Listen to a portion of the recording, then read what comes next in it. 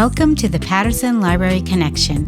In this episode of our podcast, we'll share good news and library happenings, talk to fun and interesting guests, and connect with our Patterson community. I'm Lily Misenti, the Marketing and Program Director here at the library. In today's episode, we're talking to Jennifer Sadera, the amazing author of the psychological thriller, I Know She Was There. Thanks for joining us. Now let's get started.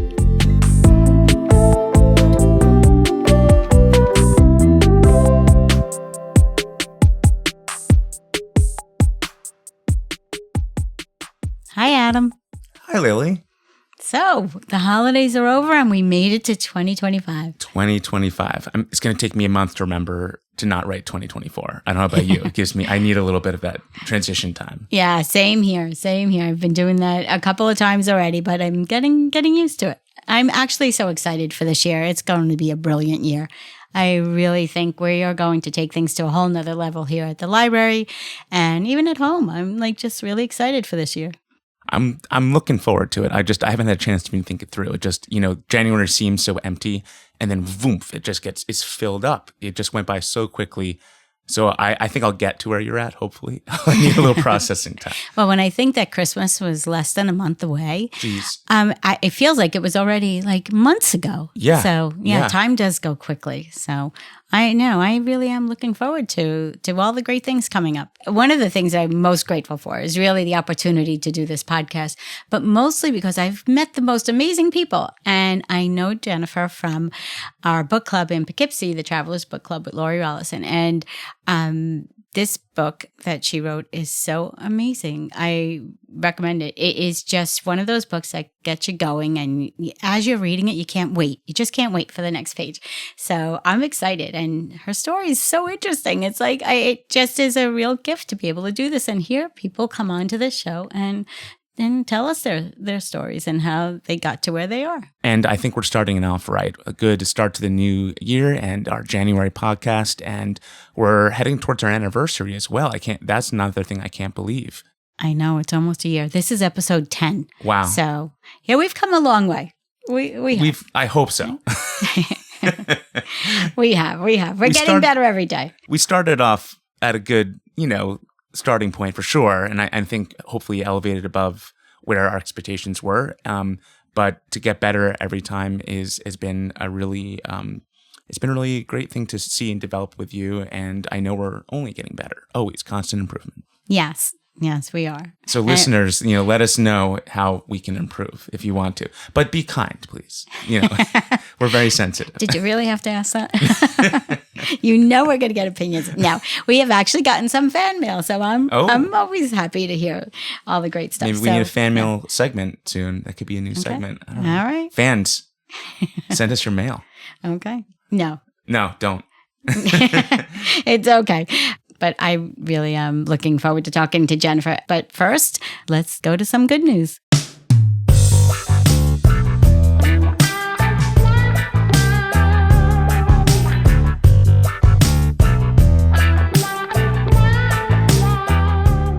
So one of my favorite things we offer here at the library is the Museum Pass program. It allows patrons with a Mid-Hudson Library card to borrow a pass for free or discounted admission to nearly 20 museums in our area and New York City. Since we started the program in 2010, we have saved patrons well over $100,000. That's remarkable because this program is one of the things that you feel in your pocket. You walk up to the window, you don't pay admission, or you get a great discount, and you really feel it. So it is a great program. And we have passes to everything from the Intrepid in New York City, in the Museum of Natural History, the Guggenheim, the FDR Presidential Library, Storm King, Mohonk Preserve, and for the kids, Stepping Stone and Westchester Children's Museum. And that's just to name a few. But I'm excited because we're adding the Dia Museum in Beacon to the list this year. And it's a beautiful museum. It's in the old Nabisco factory in downtown Beacon, and it has a beautiful and really unique and fascinating collection of contemporary art. I recently went on a tour, and I was really surprised at how interesting and thought-provoking the exhibits were. It amazed me how a piece of string could look like a pane of glass when stretched tautly from the wall to the floor, or how honeycomb could become such a sweet-smelling structure. It really makes you think outside the box and appreciate something from a new perspective. And on April 4th, we'll be doing an off-site trip to the museum, where we will have a guided tour. Tickets are limited for this event and transportation is not included. But for anyone 18 and older that is interested, you must be registered to attend. You can call the library to do that, or you can visit our website and click on the calendar. There's a cafe and a bookshop at the museum, and for anyone that wants to go off and explore on their own after the tour, Beacon has so many great restaurants and shops, and it's really just a short drive from the museum. And we've done this so many times now. The offsite trips, we've gone to Grand Central and the Aldrich Museum in Ridgefield, Boscobel, and the FDR Museum in the past, and they've been wonderful. Each trip has been an experience, and it's just a great way for people to get together and go as a group to see all of these wonderful museums that we offer. So I'm looking forward to that. In other news, we are happy to welcome Richard Buck to our Board of Trustees. Richard is a longtime Patterson resident, and he has an incredible resume and brings so much valuable experience and knowledge to the board. He's a former Marine and is an advocate for veterans. And in addition to everything else, Richard's wife, Jean, was a former director at the Reed Library in Carmel for many years, giving him great insight into the library world as well. So we are thrilled to have him on board and look forward to working with him. And that's our good news.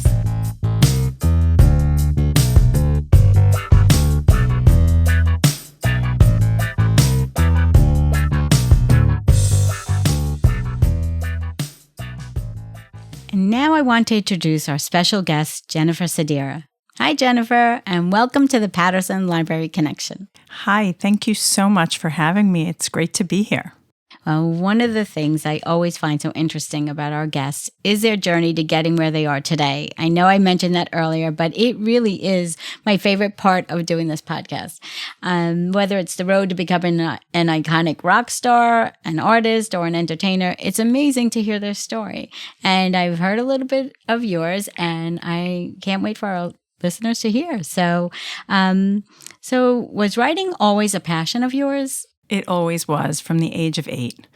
When I was a kid, I used to put on these plays with the neighborhood kids. And we would get all the adults lined up. We'd set up chairs and we'd do, I would direct the little plays and everything. And all the neighborhood parents would say to me, "Oh, you want to be an actress when you grow up?" And I thought, yeah, I guess, because I didn't know. I didn't want to be an actress. I wanted to be a writer. So that was really my start in the writing world. And I would, gather up whatever little kids would be willing to do that with me. And, we would put on little performances. And I was very lucky because my dad was very supportive. My mom is a great reader. She reads everything. So she was a wonderful role model. But my dad is the one who told me that I could be a writer. And, he would critique all my writing, all my little fledgling attempts. And he wasn't always, "Oh, this is the best thing ever." Sometimes he was a little harsh, but he always said it kindly. And because of him, I got much better. So from age 8, yes, I always wanted to be a writer. And then as soon as I got out of college, I started in the magazines. So I started writing it at, Red Book and Woman's World and Beauty Digest. And that's really where I honed the skill. And I did that for many years. And then I went off and I freelanced for a number of years.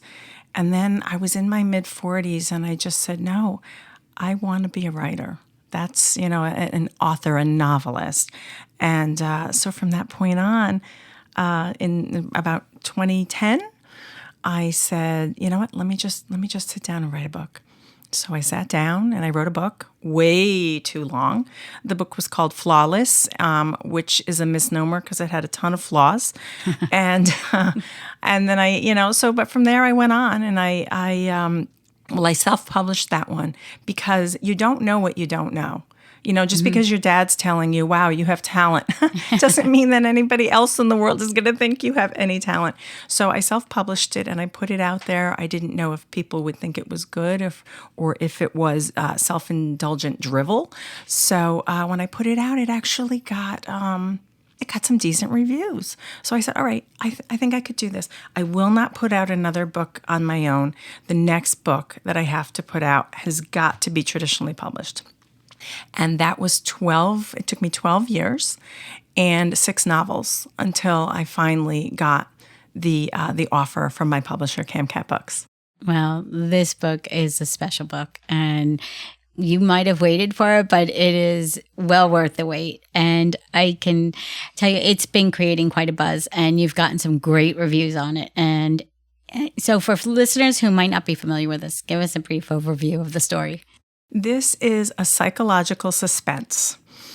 And, the thing, I love to tell people this when we chat about the book, and this is not true for all psychological suspense, but for a lot of psychological suspense, certainly the kind I write, I am making a pact with the reader. I am saying to you, I am going to lie to you through this whole book. I'm going to deceive you. I'm going to send you down the garden path, and you are going to thank me for it. You are going to want me to do this, because how many of us are reading one of these thriller novels and we get halfway through and we know the ending. We know who did it.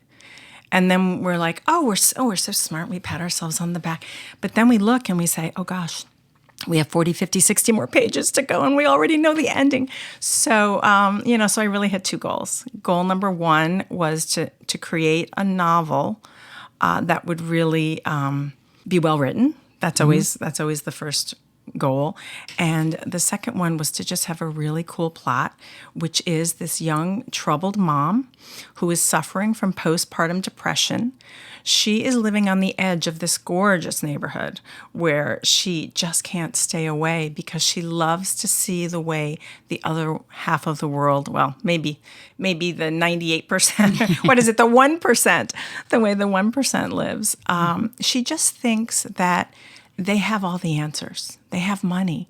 And I think that's a really big mistake that young people make. They see that people with money, well, of course they must know everything. They're successful. They must have all the answers. So she starts walking her baby through the streets. And I must admit, she's really in a troubled place because her husband is estranged from her. So he has left. She's praying she can get him back. But in the meantime, she soothes herself by walking through this neighborhood. And the tagline on the book is, be careful what you see when you shouldn't be looking, because the answers she seeks are certainly not the ones that she finds. Well, there are so many twists and turns, and the ending is incredible. I have to say, your promise is fulfilled to the reader. For sure. There is no question that you are engaged in this story from the minute you pick it up. And it really is fascinating. And I have to say, it's not typical of the type of book I would normally read. I'm usually going for the escape, lighthearted read. And I like biographies and, books on travel and those lighter kind of things. But I loved it. And I just have to say, it was so gripping and riveting that I couldn't put it down, and I couldn't wait to hear, and I listened to it on audiobook. So I couldn't wait to hear what was coming next. And it just kept me going. Every day I got in the car and the first thing I did was turn it on. I just couldn't wait.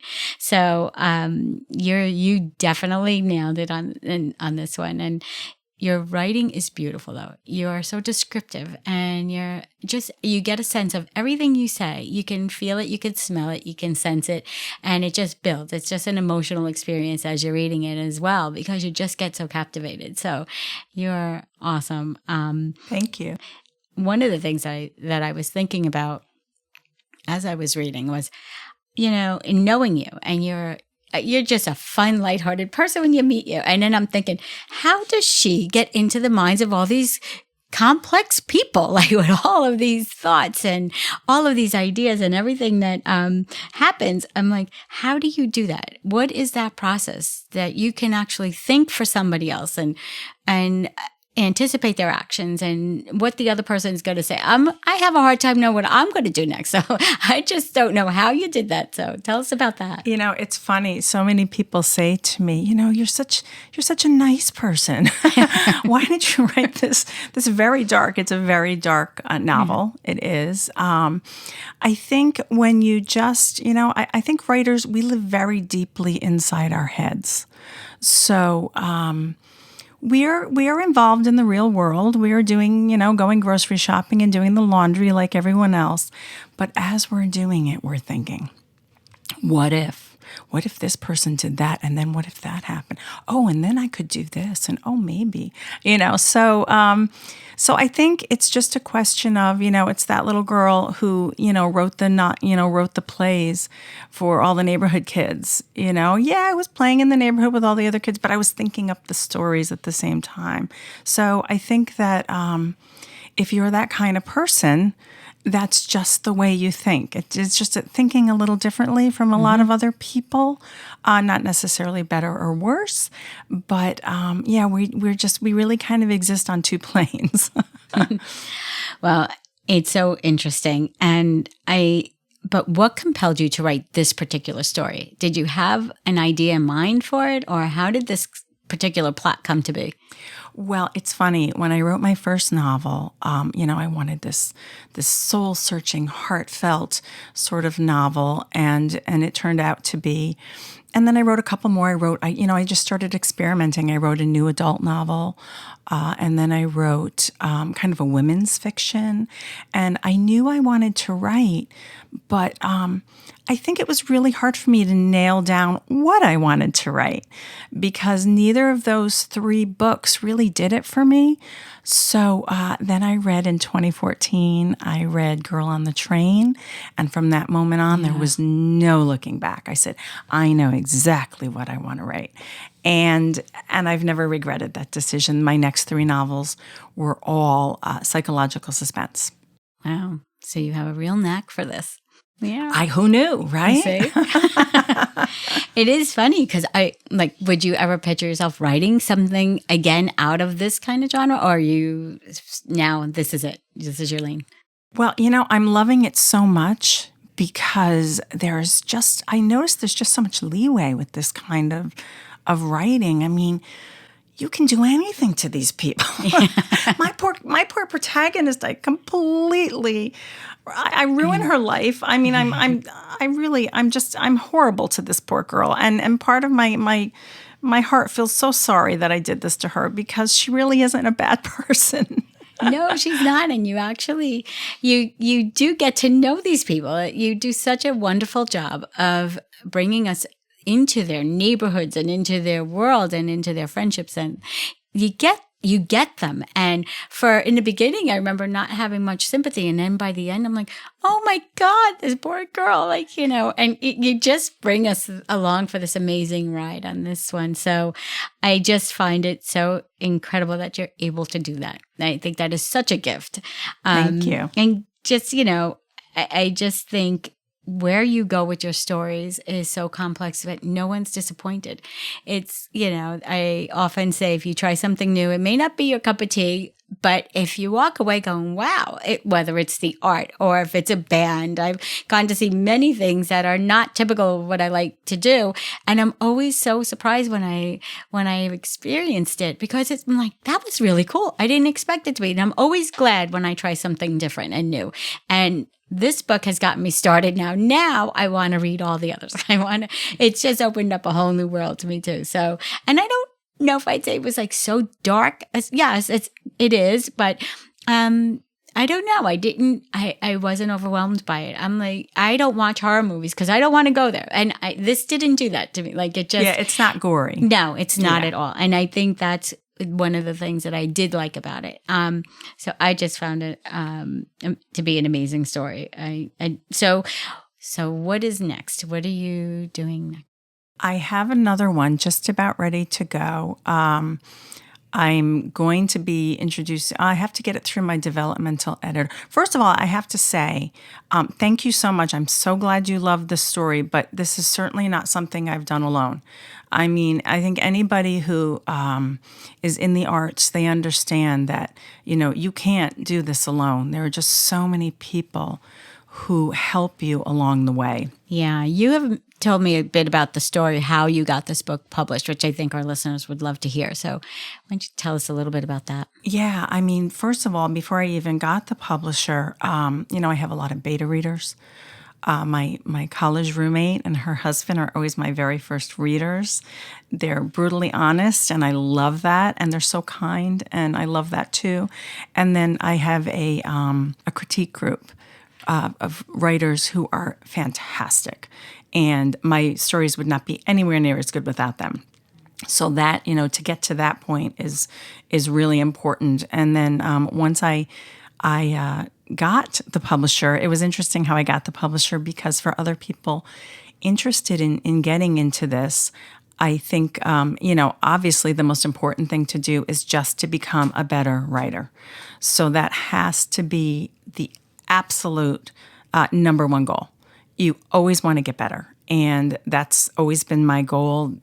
I mean, almost as much as getting my book published, I just want to be a great writer. But then you go to conferences. Mm-hmm. Going to writers' conferences is very, very important, because you're meeting other people. I mean, how many people do you know in your lives that are writers? I knew none. Yeah, me too. Aside from myself, I knew none. So when I would sit down to write, I was writing in a bubble. So it's very important for people who are interested in writing to go to these writers' conferences. And they have specific conferences, that are catered to specific interests. Like, for instance, the one that I love the most, the one that got me my start, is International Thriller Writers. It's down in New York City, their conference every year. And you get to meet up close and personal the best writers in your field. They all go. They are very generous. I remember, the first conference I went to, Lisa Gardner, who's an amazing, well-known writer, I was too afraid to even talk to her the first year. So I just sort of waved and walked by. The next year, because I'd been to a bunch of these conferences and I had a little confidence, I walked up and I told her that story, and she ended up throwing her arms around me and just saying, "Congratulations, good luck. We're so happy for you." And you know what? She is an angel among us, definitely. But so I went to the conference in 2023, and I did something called Pitch Fest, which I don't know if anybody's familiar with it. It's like speed dating. You get 3 minutes, and there are 60 editors and agents in these ballrooms, and there's hundreds of writers. And I had mine all color-coded, which ballroom I was going to go to, which editors and agents were the most interested in what I did. It was a lot of, it really was a numbers game, really. Yeah. It was a lot of research and then a numbers game. So I hit up 16 agents and editors, which is pretty good, because a lot of the time you're standing in line waiting for your turn to go do your 3-minute pitch. So I was very fortunate in that every single one said, yes, send it. So I kind of felt like maybe I'm on to something, because nobody said, "Oh, not for me." So I said, okay, well, you know what? Maybe this is good. And one of the places I pitched was CamCat Publishing, CamCat Books. And they chose me right off. I sent them the manuscript, and they Helga, their editor-in-chief, called. She sent me an email maybe 2 weeks later, and she said, "I want to talk." And I knew. I was riding home on the train with my husband. We had gone to see a concert in the city and meet up with some friends, and I just burst out in tears. I read, I'm like, I might as well just check my emails, and there it was. And I mean, after all these years of trying so hard, it was wonderful. But then when I got the contract with CamCat, it went so beautifully. It was really a magical experience, which, I have a lot of friends that I've met through writing, and they've told me many stories about different publishers, and I was a little nervous, and how was it going to go? It was magical. The editor was amazing, Helga. And she said, I love the whole first part of the book. I barely want you to touch that. I want to do X, Y, and Z for the second half. You've got, unfortunately, I'm a little crunched for time. So you've only got 2 weeks. Do you think you can do rewrite certain parts of the last half? And I was like, okay, I'll just do it. So I did. In 2 weeks. Yeah. In 2 weeks, yeah. It was a little crazy, but you know what? I had some confidence. I said, I think I can do it. So I did. And we met up and we chatted and she loved it. And I just loved her. She was a great editor. She wasn't one of these people who took a red pen and slashed through everything. She would make little suggestions on the side of the page, and they were always very respectful. She was wonderful. And I kind of fell a little bit in love with her because she really helped me make my book so much better. And so then, things were going great. I said, this is wonderful. The book came out in ARC form, which for anyone who doesn't know what that means, it means it's an advanced reader copy. So, it might still have a few typos or things, but for the most part, it's pretty much the story. So I was so excited. I had this book. It was just like the most exciting thing in the world. And then I got an email that my publisher had died. And I said, wait a minute, what? My publisher, Sue Arroyo, was younger than I am. And she just took an unfortunate fall. And oh my gosh, it was sobering. And it was so sad. Yeah. I couldn't wrap my head around it. How could this young, vital woman, I'd met her at town halls when all the authors would gather and she would tell us, what we're doing. And she was always so upbeat and fun. And I thought, oh my gosh, this is terrible. And then, of course, I thought selfishly, like, what's going to happen? The book is out, it's in ARC form. What's going to happen? So then we went through 5 months of being very uncertain. Because we needed either her heirs to say, yes, we're going to continue with CamCat. And her heirs are my kids' age, in their 20s, I think. I mean, I don't think they were all that interested in running a publishing company.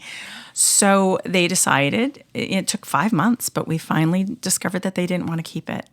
And they wanted to sell. And they were only giving potential buyers like a month or two to figure it out. So that was a really scary time. But Baker and Taylor stepped in and they decided to buy it, and they're amazing. I mean, I'm really excited because they are the company for providing content to libraries, which, wow, amazing. So I was really happy, and things just, they just seemed like they were going to go really, really well. And I took a deep sigh, and that was at the end of October. My book was due to release November 12th. And then my editor died. So, wow. Crazy. That gutted me. That one gutted me because I loved her so much. And, it's just such a roller coaster. And even when you think, oh, this is the most amazing experience ever, things happen in life. And so that one's been a very hard one to get over for all of us authors at CamCat. Both of them, really. Yeah. We loved these innovators. They started CamCat together, the two of them. And now neither one is here. And it's really heartbreaking. It really is. But, it's funny. The very last line of my book was actually Helga's line. She just wrote it as a comment. She didn't tell me to include it. And what she wrote, the last 7 words of my book, I said, I'm adding that in the back of the book. I'm going to make that the last line. And now I'm so glad, especially glad that I did it, because it's her book too. It's her book too. The last line is hers. And when you come across people that are so influential to your path and to your success, it really is hard because she didn't really get to see the final result, right? So she did, but not really. I mean, she saw the arc, of course, and she was happy with it and all that, of course. But yeah, I mean, she didn't get to see release day. That's the least of it, right? I mean, so much that she won't get to see. She started this company, and she and Sue, and now they won't get to see how. And in 2023, they both did get to see that it was chosen Indie Publisher of the Year. So that is a really nice thing that they got to witness that. Oh, that's awesome. Yeah. I also know you had mentioned about your dad being such a huge influence on you as an early writer, and the role he played in your success. And he too, unfortunately, yes. Right? I mean, my whole life he was always so supportive. I mean, God bless great parents, right? I am so fortunate to have one, which is surprising that I write these crazy, horrible books. But I had such influential parents, and my dad had said just a few months earlier, before I got the offer, he said, "This is the one, Jen. I just know this is the one that's going to do it." And because he was with me through all the heartache and wah, right? all the complaining. He and my poor long suffering husband, but. And then he died on April 2nd, and I signed my contract on August 2nd. So 4 months to the day later, and it was so bittersweet. It was so wonderful, but just so bittersweet. I know. I think we've all had those moments, and I don't care how old you are. When you always love when you can share something with your parents, because they are such an important part of, if you're, like we were saying, I feel the same. I was blessed with wonderful parents, and they're there. I do believe that they're always there and with us always, but it is, somebody who's such a part of the process and so much a part of your life. And then when you just got it there, but who knows, maybe he's the reason you did, That's what people tell me. So I'm going with it. Yeah, why not? You know what? I believe that they are always with us, and he's right there with you, as are the other two women who were so influential to you. But it just goes to show that nothing is easy, and you just have such tenacity, and you just stuck with it and stuff. So what advice would you give to somebody who wants to write and get published? Well, I think first of all, it's kind of crazy. I do think there is something in people that it's in some people and not in others. And I hate to say that because it makes it seem like only some of us can do this, because I don't believe that either. But, I just always had in my mind that I wanted to live a bigger life. I wanted to live in a wider world. I always had big dreams. I always wanted to travel. I always wanted to just keep writing, and I didn't want to regret one day of my life. I wanted to be able to enjoy every day of my life. So that was my goal. So if you're a person who has those kind of dreams, then I don't think it's going to be impossible for you to do this. But you do have to have a good support group around you. I mean, I have my husband, and no matter who else, I mean, I have lots of people, but my husband has just been, if I could tell you how many times I've cried on that man's shoulder, when an agent has said, nope, not interested. And I've probably been rejected, probably more than 300 times. So I would say trust in the people who trust in you. Mm-hmm. Give it right back to them, and know that they're there for you, and they want the same success that you want. I would say find mentors, find people in your field, go to conferences, go online, take classes. If you want to be a writer, be a writer. That's the other thing. People say, "Oh, I love to write, but I have no time." Well, guess what? Writers write. So I try to write every day of my life. I mean, there are days that, get away from you and you just can't. And sometimes I get 5 minutes of writing in, but I get it in. If you want to call yourself a novelist, write a novel. Sure. That's what you have to do. And, of course, the old don't give up. Everyone tells you don't give up. But of course, live the life you want to live, even if if nobody knows who you are and you're not making any money on it.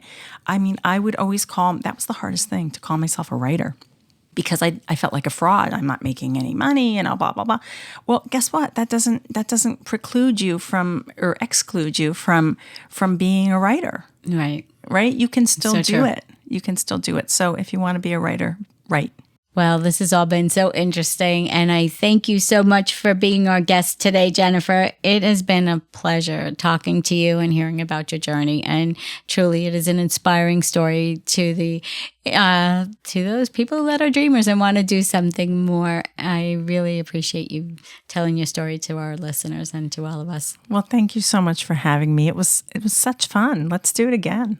So just anytime, and please, tell our listeners how they can get I Know She Was There. It is a must read, and I think people will really enjoy it. So do you have a website or a web? I do. It's jennifersadera.com. I'm also on Facebook, Twitter /X, whatever we're calling it now, Instagram.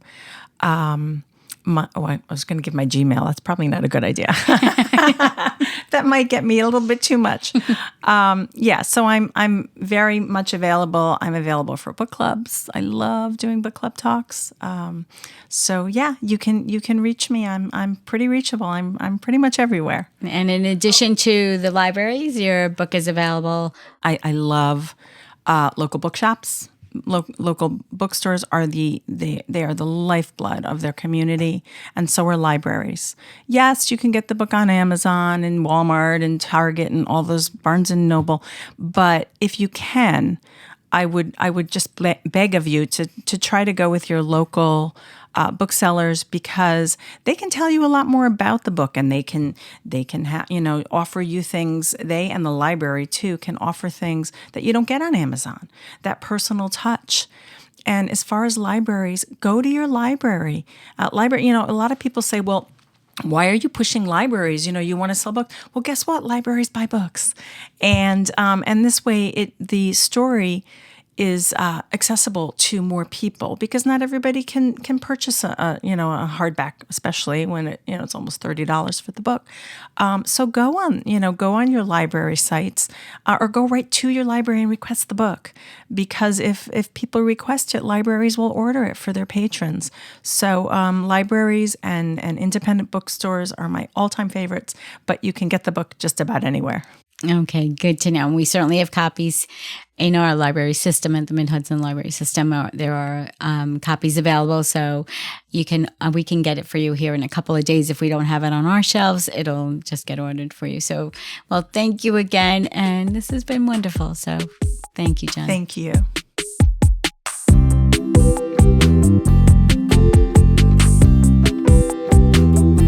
Thank you for tuning into the Patterson Library Connection. If you enjoyed this episode and would like to help us grow, please share it with a friend. You can follow us and subscribe to our podcast on our website, pattersonlibrary.org, Apple Podcasts, Spotify, and YouTube. This podcast was recorded at the Patterson Library in Patterson, New York. Special thanks to our sound engineer, producer, and composer, Adam Bernier, our library director, Stephanie Harrison, our board of trustees, and to you, our listeners. I'm your host, Lily Musenti. We'll see you next time on the Patterson Library Connection.